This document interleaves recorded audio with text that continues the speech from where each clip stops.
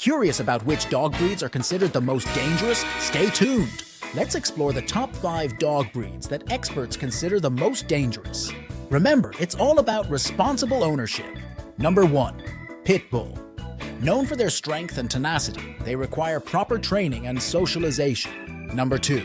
Rottweiler. Loyal and protective, but can be aggressive without proper guidance. Number 3. German Shepherd. Highly intelligent and trainable, but can be dangerous if not properly handled. Number 4. Doberman Pinscher. Alert and fearless, they need an experienced owner to manage their energy and strength. Number 5. Bull Mastiff. Powerful and protective, they possess a strong guarding instinct.